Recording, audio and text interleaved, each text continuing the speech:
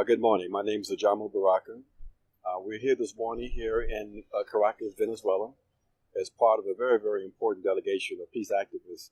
And we're here with a number of individuals who are going to share with you very briefly some of their observations as we have been here for the last few days here. I'm a Vietnam veteran. I've seen the horror of war. We are here in solidarity with people. It's either you have one choice, you have a choice of supporting peace or supporting war.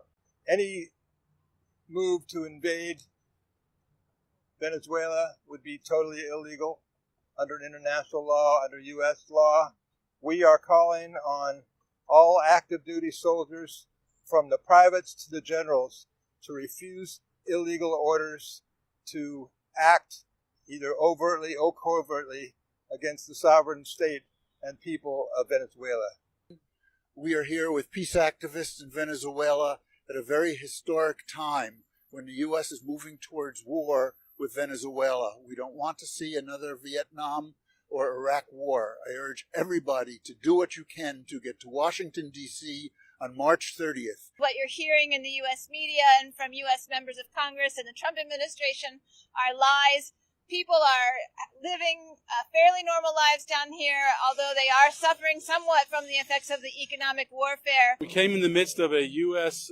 Blackout of the electrical system, a cyber attack, a series of attacks that left Venezuela in darkness.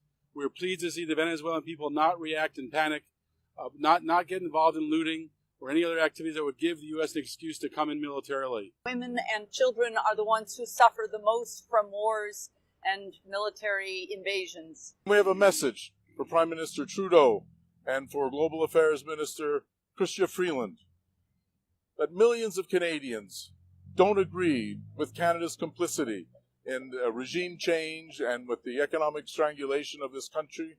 And we call on this government, our government, to respect international law, the United Nations Charter, and the OAS Charter. We're here next to housing units where Venezuela has built 2.5 million housing units just in the last few years. What an accomplishment. This is what we need to escalate every effort to defend the people of Venezuela. Are here to oppose this one too, and to stand in solidarity with the people of Venezuela and their government. I've spent a lot of time in Syria, where the propaganda war against the Syrian people has been incredibly strong, with the design of supporting military intervention in that country. And I see the same parallels with the propaganda emanating out of Washington about Venezuela. And I urge people to consider what the agenda is behind these sources that you're reading or you're seeing on social media. You don't have to like the government here, you don't have to like the government anywhere, but you have to be against U.S. military intervention in sovereign nations, and you have to allow the people to decide their future. We are here to express our solidarity with the Bolivarian Revolution of Venezuela and people of Venezuela and demand respect for their choices of their government. Thank you. Hands off Venezuela!